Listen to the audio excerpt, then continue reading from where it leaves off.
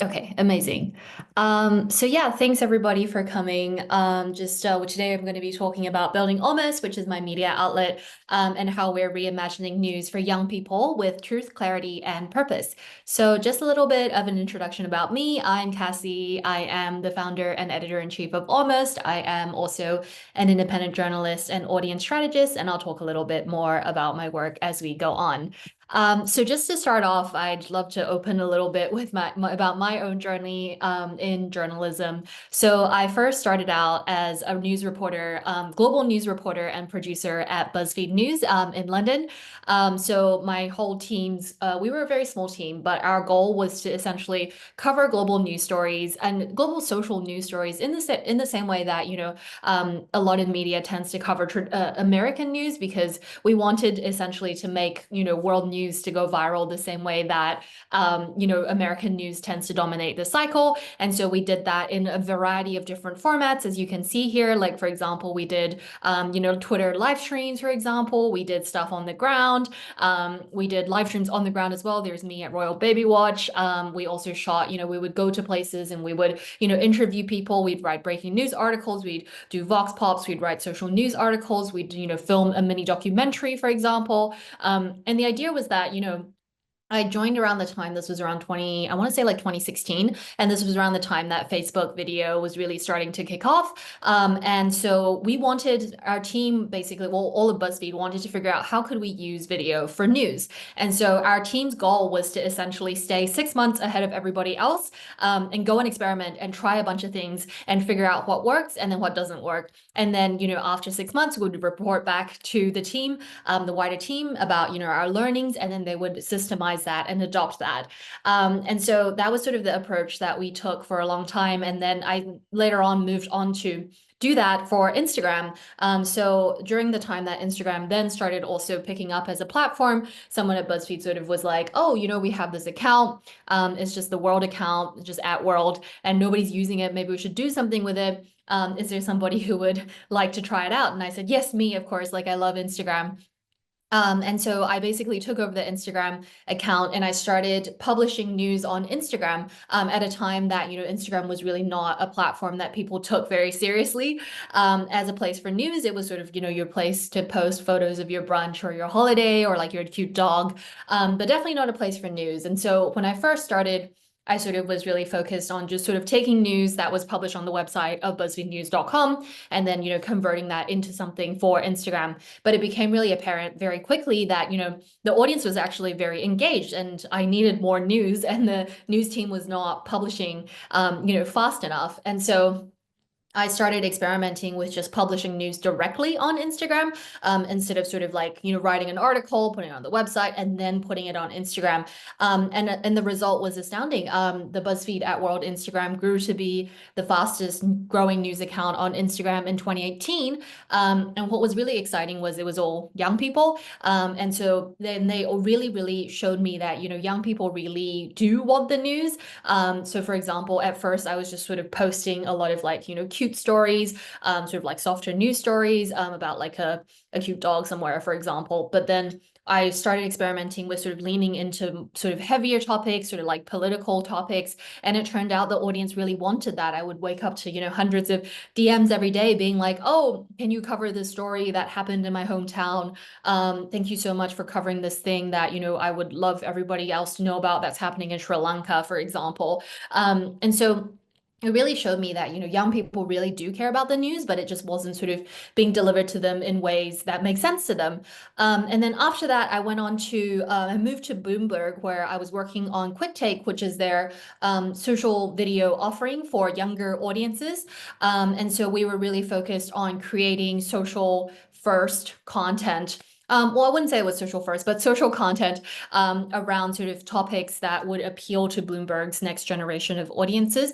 However, the formats were still, I did find that, it was still quite restrictive. For example, we ended up doing like kind of like stuff that was sort of TV style content for social media, like with like a host and sort of people sitting down and chatting when, we know that that's not the types of content that young people really want. So essentially, I kept running into this kind of problem where traditional journalism just wasn't really built for how young people really consume, understand, or relate to the world. And so that was why I decided to build my own thing, to build something that was, built for young people. And the thing is, the world is literally in crisis. The world is burning, it's collapsing, it's breaking open, and young people know it, and they live it every day. But the problem is that, traditional media still doesn't take young people seriously. A lot of times, even though they understand the importance of young people and reaching young audiences, but a lot of times they still talk down to young people.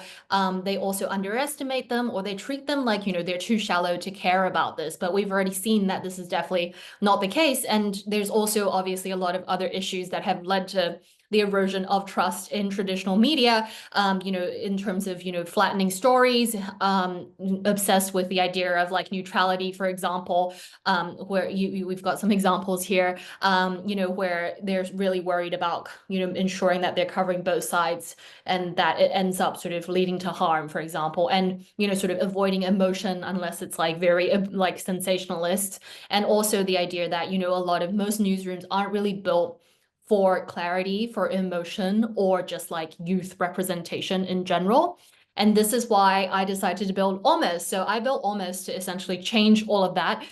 It's journalism built for and by the next generation. So our mission, Almost mission, is to tell the stories that young people deserve. That is stories that speak with clarity, center what's overlooked, and drive meaningful change. So ultimately, the idea is that we want to reshape how journalism works. So who it's for, how it's made, and what it's made to do. So we are an independent, social first media outlet. We're also bilingual. So most of the times I'm based in Taiwan, but I spend a lot of time in Europe. But we have an English version and we have a Chinese version. And essentially what we do is we create content, across all the different social media platforms, covering global news stories that really matter to young people, and with the goal of sort of informing them about, all the important things that are going on and equipping them with the knowledge that they need in order to go out there and, bring about positive and meaningful action to shape the world that, we are living in this, during these like massive crises that are going on. So just a quick overview, I guess, of what we've built so far. So in 4 years now, we have managed to amass, I think, around 309,000 total followers across all of our social media accounts. And in the past, I guess from January to March 2025 of this year, we had a reach of 27.7 million over 2 months. And as you will see that actually most of our audience is young people, 13 to 34-year-olds, 68%, and they're also all around the world. It's kind of hard to see that screenshot there maybe, but that's just a breakdown of our audience on our English Instagram, and you'll see that actually the majority is US, but it only takes up 30%, followed by India, the United Kingdom, Taiwan, and Canada, and then the rest we can't see, but as you can see, the US doesn't even really just sort of cover a majority like 60% or anything like that. It's very global, it's very diverse, it's very, young people centric. We've also done more than 100 interviews, I've lost count now, with frontline activists, politicians, youth leaders, and changemakers. And our stories have been shared by global organizations, reposted by activists, and also used in classrooms. So just to go a little bit more into, how we were able to achieve this and, how we sort of tell stories at Almost. So Almost is not just a social first media news outlet. It is a new way of telling stories. So what we do is that one of the first things that we do is that we ensure that we're always mission driven and audience first. So what that means is the mission that we just spoke about earlier. Whenever we encounter a story, we always come back to our mission and we think, we always ask, is the story in line with our mission? Does it serve our audience? And if the answer is yes, then what we do is we make sure that we cover that story no matter how hard it is to cover. So going back to the mission, our stories are made to inform and not just to perform a lot of times, because for stories sometimes we know that it might not necessarily go viral, but it totally makes sense for our audience because they need to have this information in order to understand the world. So we will figure out how to cover it. So every piece of content that we create is created with the mission and the audience in mind. And no story is too complex and no community is too small. So what that means is, a lot of times we'll be covering stories from, remote islands from different parts of the world that we know aren't necessarily going to go viral the same way that a massive news story about Trump, for example, will, but that's really important to our mission and in line with our values of representation, for example. And sometimes we'll be covering stories where, this big story is happening, but we can't even find any photos, we can't find any videos. There's like no information except like this local news article. And that's really hard to cover for social media, but that doesn't mean that we, would just skip over the story, because we are mission driven and audience first. So if our audience deserves to know and it's in line with our mission, what we will do is we will ensure that we cover the story no matter what. And, it encourages us to be very creative a lot of times. So a bit more about, sort of how we tell stories. So our content is designed for social media feeds, but at the same time, we ensure that they don't lose depth or purpose. So we try to ensure that, our content falls into these three, I guess, ideas of being, accessible, digestible, and shareable. So accessible means just, easy for people to, access and understand. We also ensure that it is digestible, meaning it's really, really, straight to the point, and we respect the audience's time and attention span. So we can just look very quickly at this example, and I hope the sound will play.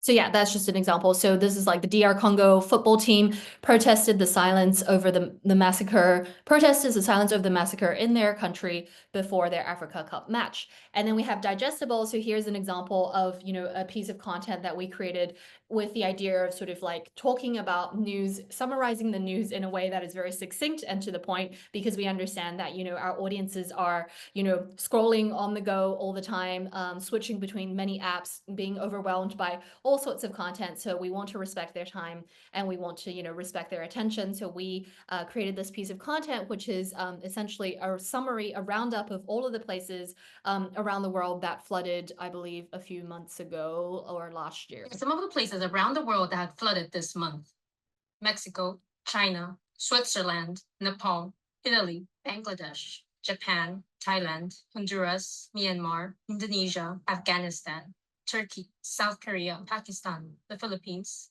India, and Canada. Oh, and Canada is also now experiencing wildfires. Follow for more stories about climate change. So that was just an example of how we would talk about, we can showcase in like 20 seconds, how climate change is sort of like affecting people from all around the world. And, we're experiencing flooding, but also wildfires at the same time. Just a really quick way to sort of, talk about an issue. And then we also make sure that our content is shareable, such as, with content optimized basically for, people who are coming over and seeing our content on their explore page or sharing it to their stories, sending it to their friends, and so on. So another thing that we do at Almost when we tell our stories is that we focus on people first storytelling. So what that means is we don't just sort of stop at the systems or like, the laws and that have changed. We really, trace them down to the human level and show how they actually impact real lives. And so here are just some of the examples of the stories that we tell on Almost. And as you will see, a lot of them are very human stories. So what we'll always think is like, when a piece of content happens, a story, an event happens in the world, how does it affect someone? Who is someone who is affected? And so as you can see, a lot of them we feature a lot of faces, we feature a lot of human stories and experiences, because the thing is, people really connect with people, and seeing someone who has been affected is a really powerful way and an easy way for someone to essentially connect with a very complex social or political issue that they may not, somewhere happening halfway around the world, that in a country they've never heard of. But if you're able to see someone who has been affected, it really sort of, I guess, like, you're able to really connect and relate to them, because it's like, oh, another person was affected. This person looks like my mom. This person reminds me of my friend. My mom takes the same medicine or something like that, and then it becomes really real. And this is really important because a lot of times the topics that we are covering are really, really big. They're like, on a really massive scale, like climate change, where people really struggle to sort of to understand how climate change would affect them on a day-to-day basis, especially if they're in like a global north country that feels the effects less. But for people on, like, the front lines in like the Pacific Islands, for example, they feel this acutely on a daily basis. But for people in these countries, not in these countries, is very difficult to relate to. But if we're able to showcase the experiences of these people who are experiencing climate change and global effects of that will rise and losing their homes, then that becomes a lot more powerful. So another thing that we do is we make sure that we, well, essentially Almost is created for young people, by young people. So we speak as the generation and not down to it like traditional media does. So basically, as you'll see, we have a team of reporters and producers. They're all young people from all around the world, and they're involved in every step of our news production process. They're involved in pitching, they're involved in reporting, they're involved in filming, they're involved in producing and editing the stories that matter to them and to other young people as well, because young people understand the importance and relate to and connect with the experiences of other young people, and they know how to best communicate with their peers. And so we ensure that young people's decisions are baked into every single step of the process of our of creating news on Almost. So another thing that's really important for us is that every choice is deliberate, every word has weight, and nothing is neutral. So what makes our journalism different is that our tone is not actually accidental. Everything that we do is our editorial strategy. So every word that we choose, every headline we write, every image we choose, every cut we make on a video is made with intention. So we don't just everything we think very clearly about everything that we do when we think about what it represents and what it shows to people. So what that also means for us is that we don't both sides oppression. A lot of times we've seen, as for example, with the genocide that's happening in Gaza, people are sort of, a lot of traditional media have tended to try to talk about both sides, and it has actually led to a lot of very harmful narratives because when you try to both sides, for example, climate change, we talk about, fossil fuel companies, oh, fossil fuel lobbyists. And then we talk about, people being affected by climate change. That's actually very dangerous because it gives legitimacy to these narratives. And so at Almost, we don't do something like that. We don't just flatten these stories into sort of content. We're not obsessed with this idea of neutrality. We aim actually for clarity. We want people to see clearly the truth, because every position that you take is, it is political at the end of the day. And, in choosing to be silent, that is taking a stance. And so what that means for us is when it comes to our reporting, we really name power. We expose injustice, and we center the voices of people who are very oftentimes marginalized or ignored. And so our tone, as I said, is intentional. And this is part of the reason why, I think it was around a year ago, we made the decision to call what's going on in Gaza a genocide in our coverage, because for us, moral clarity is more important than, this idea of, neutrality. Because for us, because as we said, like, silence is complicity in this sense. And so I made a video where we basically talked about, Almost decision to do that based on the facts, based on what we had seen, and why it was important for us to do something like that. And so it's in this highly polarized and politicized world, it's very important that we maintain our moral clarity, and we think about that whenever every piece of content that we do, whether it is like very serious news or even just like some lighthearted stuff. We really do think very intentionally about what are we trying to say here? What is the truth? And, are we sort of talking, are we showcasing, all of the powers and the injustices that, and all of the things that are sort of at play, to really make sure that we're helping our audience to really better understand the world, not just sort of looking at them as like, here's some facts, but actually, what does this actually mean? And why does this matter? So where the other thing that's sort of for us that we really are doing is that we're not just sort of like sitting around scrolling our phones and filming and translating the news. We're also out there making it. So obviously we have social first journalism, where we are creating content based on news that we're seeing on social media or online or just on TVs, and then we're turning that into social content. So you've got some example there. We've got some TikTok videos. We've also got like carousels, and we've got carousel explainers. We've got explainer videos that are like a lot longer, where we have somebody talking through talking you through a really complex historical event, for example, the history of the conflict between the DRC and Rwanda, and how they're fighting over minerals, and really going through the historical context of that. And then we have sort of, just the usual carousels, just talking about, what's going on in the world. And then we have series, for example, we have one here, which is the Women to be Inspired by on International Women's Day. So this was really created with the mission in mind of, we want to make sure that we're giving young people role models, and we want to inspire them to be able to take positive change. So thinking about that, we thought, what is a piece of content that we could create that would sort of be really in line with that, of that idea of our mission and empowering young audiences. And this was a result of it. It's a series that used to be quite regular. I think it used to be weekly. Sometimes it's now monthly. Sometimes it's on special days only. But it's become really a hallmark of Almost, where people really look to us for this piece of content, where we curate a series of, I guess, like 5 to 10 women that are making headlines from around the world, who are really making an impact on their communities. And then we really we showcase and tell their stories, to, give our audience some people to, look up to and to be inspired by, and to see that, change is possible.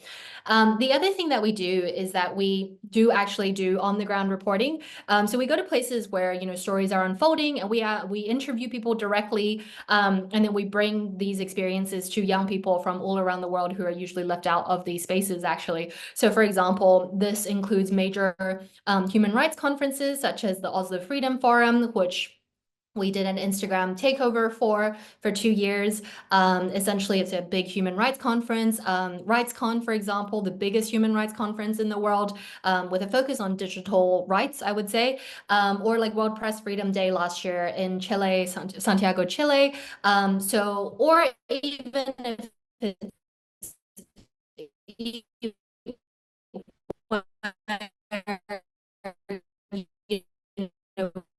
we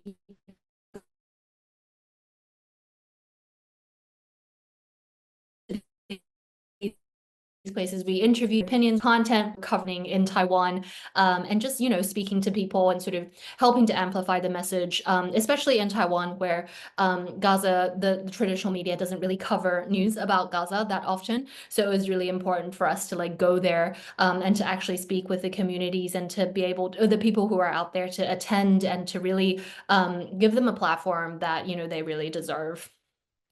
So now we're sort of in this process of building a system that takes the emotional instincts that we've really built into Almost, and to turn them into something that's teachable and also repeatable, and also hopefully long-term sustainable as well. So as we sort of spoke about, there's this logic behind how every piece of content was made on Almost, and we're working on systems that will allow us to be able to pass that on. So this involves, we're developing frameworks, for example, about how we frame stories, how do we use visuals, how do we write in a way that evokes feeling, but also provide clarity and not just sort of giving the facts and being like, here's the thing that happened without explaining, why it matters and why people should care, for example. The other thing that we're also doing, so this is happening sort of internally within our newsroom. The other thing that we're also doing is that we do this through almost education. So the idea is that we're teaching emotional fluency as a journalistic mindset. So we're turning this instinct, as I spoke about, sort of into language through these framings, the tone, and we're developing these emotional buttons, which hopefully I'll be able to share at a later point. But yeah, almost education. So essentially, this is our educational branch where we engage directly with young people, like students, such as school students, and we do that directly through talks. We do it through workshops. We're in the process of almost launching our fellowship. We also have internships and more, essentially to basically train young people in not just media literacy, but media fluency, so that they are equipped with these skills to go out there and to be able to, tell their stories that really matter to them. So beyond that, we're also building a system that helps other people to tell their stories with purpose as well. And this is actually a large part of how we fund ourselves, which is a question I get a lot about, and also how we stay independent. So beyond sort of operating our newsroom, we also operate a studio. So on the editorial side, we do our own journalism, our TikTok explainers, our interviews, our carousels, that kind of thing, our Chinese content, English content, and so on. But then we also work as a studio. So what that means is we collaborate with a lot of organizations. There's just a few here, NGOs, and also purpose-driven brands, for example, to help them to also better communicate better with their audiences, and especially young audiences, especially when the stakes are really high and the issues are really complex. So what we do is we work with them sort of as a studio or like an agency, if you'll think of it that way, or a consultant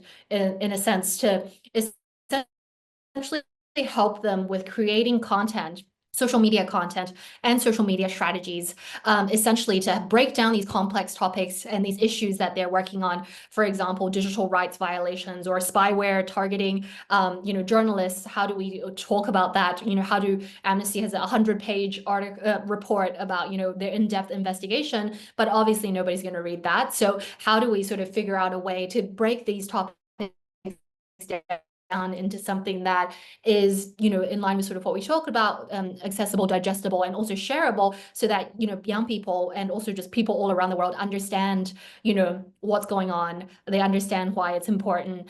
So we help them to break down the topics in a way that feels very, that respects not just sort of, the audience's like preferences, but also ensures that they're in line with like the organizational goals, and also like make sure that we're respecting sort of the work that they're doing as well. And also we make sure that we're just sort of helping to inform people, but not just inform people, but also to drive people to take action. So that step further of like, oh, sign this petition or write to your MP or, donate, for example.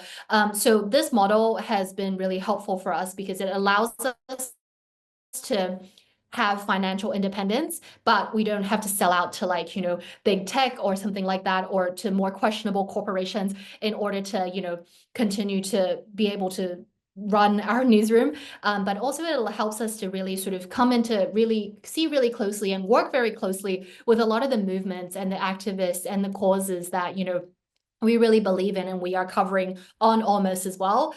So we get to work really closely with them to sort of understand that part of it, but also help us to also stay financially sustainable and also independent. And so just a quick look at some of the projects that we worked on. So we've done campaigns, for example, around Amnesty International's report around China's crackdown on Uyghurs in the Xinjiang area. We worked on a campaign for Human Rights Watch around the Saudi government's whitewashing. Whitewashing. And then we helped, for example, the charity WaterAid to build and to essentially create and grow their TikTok account, and essentially develop a bunch of formats and templates that they are now adopting and using, and other NGOs are also using. The other one in the middle there, the third one, we work with a grassroots organization called the Pacific Island Students Fighting Climate Change. And they are essentially a bunch of young students from the Pacific Islands who, their homes are eminently being swallowed by sea level rise as a result of the climate crisis. And so what they decided was they decided they wanted to call on the International Court of Justice to issue an advisory opinion, which is essentially a legal opinion, about the link between climate change and human rights and what states' obligations are regarding that. And so what we did is we went there, and obviously this is a very complicated topic because I'm dropping legal terms just like so many legal terms in one sentence. So what we did is we worked with them to essentially come up with a social media strategy that really explained, the issue that they're working on, why it matters, how it's affecting them on a really personal level, essentially to make it clearer, bring this public awareness to the public so that they are aware, that this is a thing. And then also it ended up resulting in the UN unanimously passing a resolution for the International Court of Justice to issue this advisory opinion. And then the hearing actually went on to become the biggest case in the ICJ's history, which I think you might have seen in the earlier slides if you were looking at some of the screenshots. But it became like the biggest case in the ICJ's history because more than 100 countries submitted their arguments. And so it's really helps us to we were able to sort of like help them from the beginning to sort of make sure that we reached that UN point. And then we also joined them on the ground last December for the hearings in The Hague as the historical proceedings were going on. And then one more thing that we've also done is we've worked with Save the Children to develop, for example, an organic social content strategy for all of Save the Children's countries, that all of the country offices that are all around the world. So we worked with them for like a year on this so that they can also, have the skills to be able to, and I guess like the templates and the ideas and the messaging to be able to, better communicate there with a worldwide diverse audience. So just to go into a little bit more about sort of how we measure impact at Almost. So how do we measure sort of our success? And, a lot of times I think this gets asked a lot, and people tend to say, oh, like sometimes when you post like a sad thing on Instagram, like people aren't gonna like that, and so like that's like a flop, or like should we even post it a lot of times. And a lot of times people tend to only look at likes as like the main measure of success. But for us, of course, we do care about reach, but actually for us, it's also about resonance and whether it is resonating with communities, with our audience. So we take a very holistic sort of approach to data, where we will look, say, for example, if you look at the story on the left here, a gunman attacked a daycare in Thailand, shooting, stabbing, and killing 34 people, mostly children. So if you were to encounter that piece of content on your Instagram, you're probably not going to click like nobody wants to like something this heartbreaking, but you'll probably want to do something. So what you'll want to do is maybe you'll want to comment, maybe you'll want to share it to your story, maybe you'll want to send it to a friend, maybe you want to send the link to someone via WhatsApp or something like that. You'll want to do something. And so that's why we really take this holistic approach to look at a story and say, like, is this really what like we would look at? So we would look at the comments. Maybe people are saying like, this is so heartbreaking, how can I help? Or it gets a lot of, shares, and, it gained us a lot of followers. So we look sort of beyond the likes and tracks things beyond. We look at like shares, we look at saves, we look at follows, we look at what the people are saying. And then, for example, the Pacific Islands, if we created this carousel, and obviously it's not as big of a topic or as well known of a topic as, say, as I said, like Trump, for example. So for us, we wouldn't use the same metrics for, a story about Trump to like a story about sea level rise in the Pacific Islands, because, a lot of people haven't even heard of, a lot of the names of the Pacific Islands. But if we could look, we would study this piece, by itself in the sense, and say, were we able to actually reach the people that it mattered? Maybe in the comments, we've reached everybody in Fiji, and everybody in Fiji is thanking all of us, thanking us for covering this story. Or we were able to, some people looked at it and then they saw it on Explore, they saw it on somebody's page, and we were able to, and then they came to our profile and they looked at our profile and then they looked at our content and they thought, I like this content, I like what Almost is doing, I'm going to follow them. And they chose to follow it. Then for us, that's like a really golden standard, because it means that we were able to convert people in the sense of like they really like, they loved our content so much they were willing to follow us. And so I think it's really thinking about, did we make something clear? Did we move someone? Did this piece go where it needed to go? Maybe, yeah, we wanted, the Pacific Islands all to see this, or, we wanted all of the countries around the world, and we want UN ambassadors to be able to see this so they can vote yes for this advisory opinion, for example. And yeah, so sometimes, the right 5 is a lot more powerful for us than just, 5 million views. So we always think very holistically about, the story, and we don't judge, we do have like, a rough goal that we're aiming for each, but, it's really a combination of both qualitative and also quantitative, yes, measures of success. So with all that said, what journalism sort of looks like today, I guess journalism from when I first started journalism, and I think from, maybe even longer ago, is no longer just about, writing and reporting, or, being an anchor on TV or on the radio, or, having your article printed on the newspaper. In order to make the kinds of stories that Almost does these days, we need people we have, we have reporters, we have producers, social producers, we have designers, we have researchers, we have hosts, we have video editors, we have news editors, we have motion graphic designers.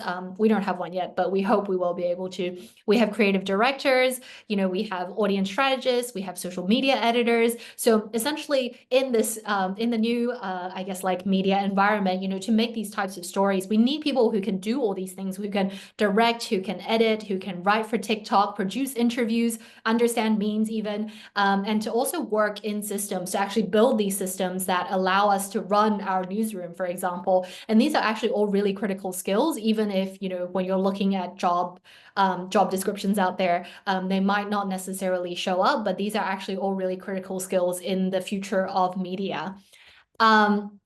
So moving on a little bit more into some of my thoughts, just reflections, coming to where I am nowadays. So the path won't always be linear, and that's okay. For example, a lot of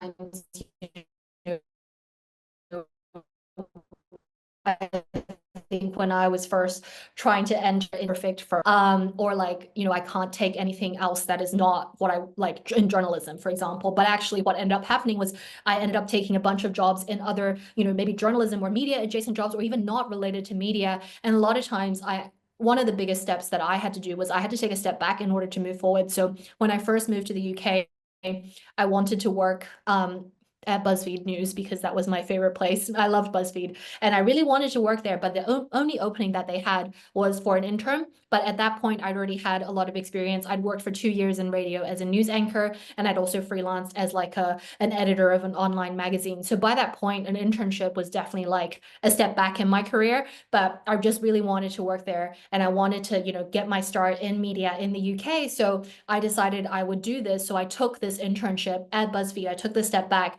but then as a result, it led me to, all of the things that I just talked about. I was able to, join this wonderful team. I was able to grow the world account, and, led to all of these things, and it led to Almost. And I think at the time, I probably wouldn't have been able to know that this would have been the thing that, really led me to where I am today. But at times it's okay to take not your perfect job, because everything is always a stepping stone. Nothing is final. So you can really sort of not feel like you have to be holding out for, the perfect thing, because sometimes you end up holding out for too long and nothing comes. And so Yeah, and the other, which kind of ties into the next point, which is that, you don't really have to wait until you get a job to like start doing stuff.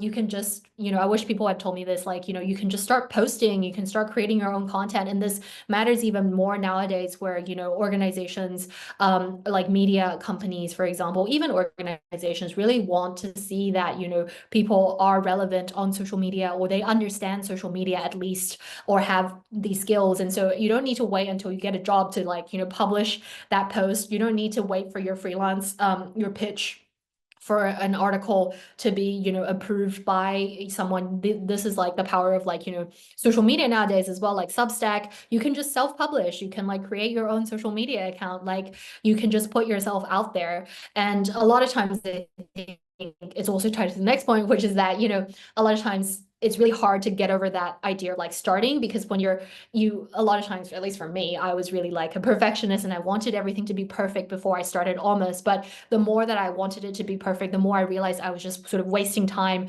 and just like coming up with excuses. Oh, this color's not right. Oh, this name's not right. Oh, this thing's not right. I should wait until this thing. And then I just never started. And so, it's just get started. Just try it. It doesn't have to be perfect. You can always continue to, refine it as you go. And it's not like you're starting with like, it's not like we have a million followers waiting for you, who are going to be upset if you don't do something perfectly, because like when you first start, you have nothing, and that's actually really exciting.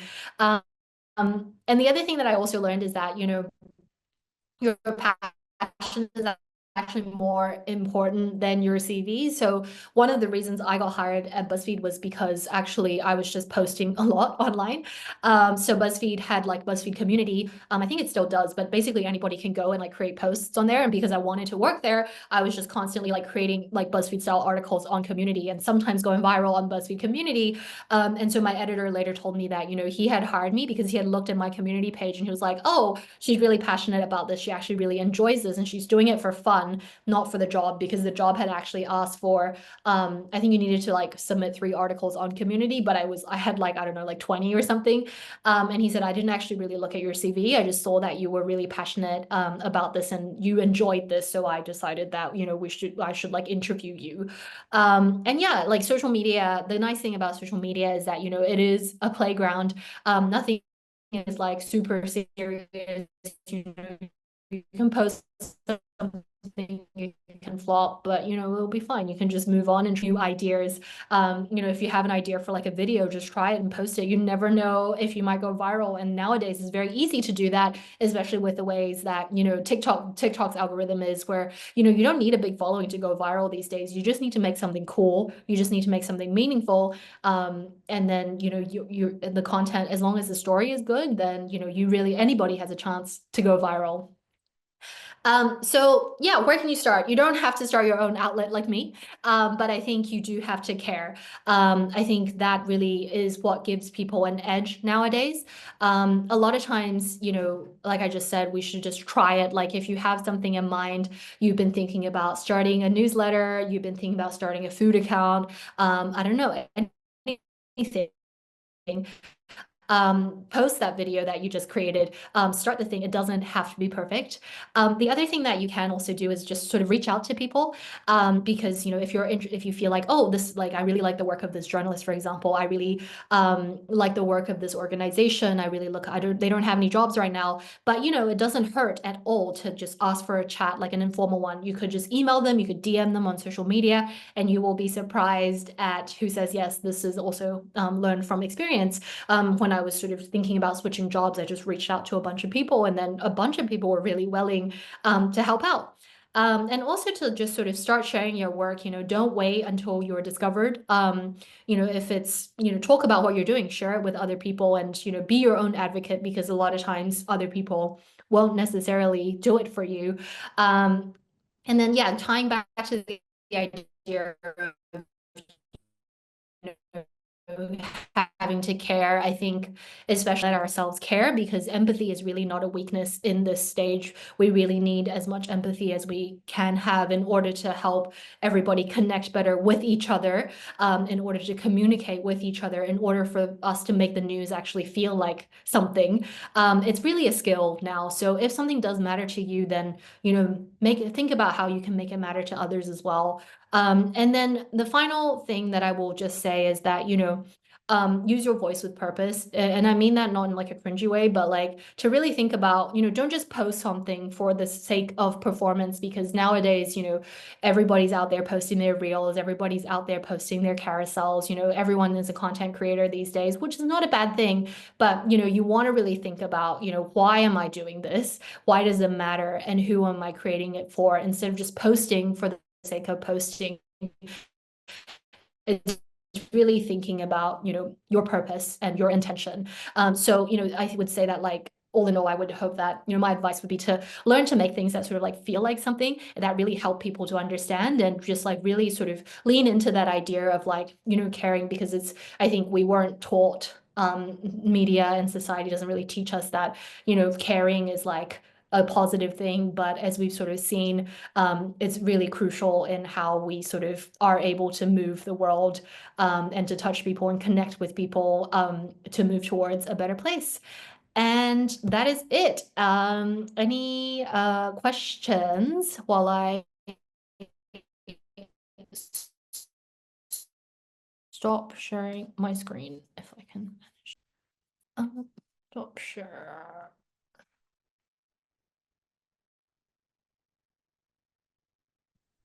We had one question that was pre-submitted, which said, what advice would you give to young international journalists? Okay, I would say international journalists in the UK, or just in general. I think just in general, I didn't really say. Yeah, that's fine. I think for international journalists, I would definitely say, because I was also one, that we have to work a lot harder,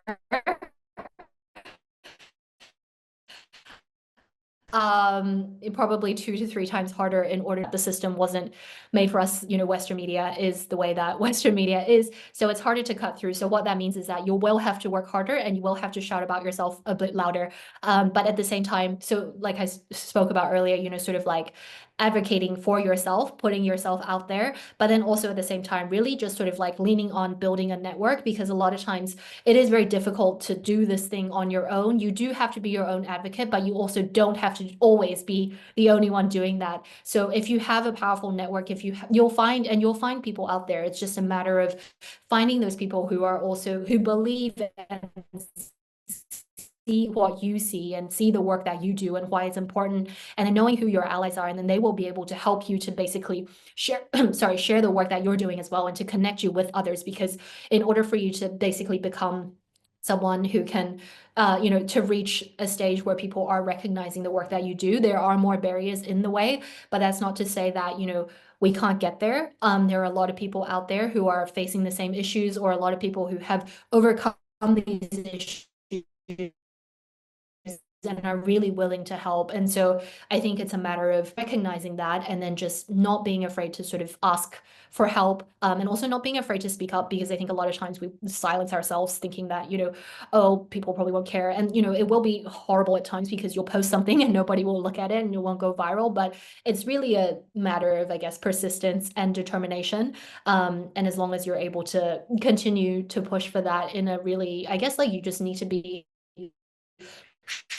strategic about how you sort of do it. But it is possible to sort of break through and to really build a career, and to know that, this is actually a really like strength that's like really needed nowadays. International perspectives, especially as we're watching sort of the world, I guess, so many things happening around the world right now, and we're understanding that, the way that, traditional media has been sort of framing and talking about the world really needs to change. And I think young people really feel that. So it's to basically say that, your perspective is very, I guess, is very important and is very meaningful. It's going to be hard to, cut through and all of everything that's out there, but that doesn't mean you shouldn't do it. And you should do it. You should try, and, there will be people who will be able to support you on the way. Oh, I think we have a comment. Okay, how would you suggest reporters stay compassionate when they're speaking to people who have been impacted by recent events? I think that's such a great question. I think a lot of times this is something that I guess people have ethical dilemmas about, like how much am I supposed to care? How much am I supposed to be like, I think for us at Almost, at least, we really think about, we just sort of think about it from like how being on the side of humanity. So just thinking, as a human being, how would somebody putting ourselves in their shoes and sort of thinking like, how would I feel if this were happening to me? And then how would I want to be treated? And I think a lot of times, you don't always have to be like, we're not asking reporters to go out there and be like, oh no, I'm so sorry. And then you end up, sort of like consoling them, becoming their therapist. Like that's not our role. But our role is that, it is different between, you can have empathy without, going into, being like a therapist or consoling them or counseling them or anything like that. It's just having that, basic level of, I guess, yeah, that care and like being just a human and thinking in their shoes. And I think it's important to actually, people feel better if you do acknowledge it instead of not acknowledge it. Because I think sometimes in trying to be so neutral because you're worried about, being like not being like biased and being too like not objective, people actually end up feeling really hurt because they feel like, oh, say for example, they've lost a family member and you just go straight to the interview questions and you're like, so how do you feel about this? We were like, tell me what happened during this attack.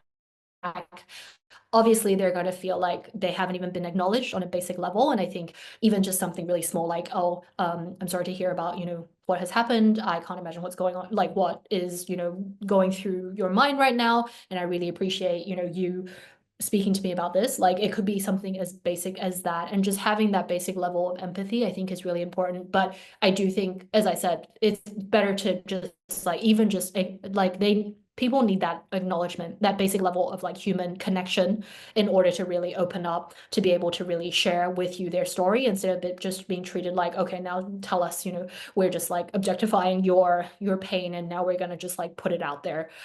Does that sort of make sense? That made sense to me. Great. Cool. I guess the final thing we always ask is, what is the one piece of advice you would give to our students as they make their way into the industry, whether that's still whilst they're at university or once they've graduated?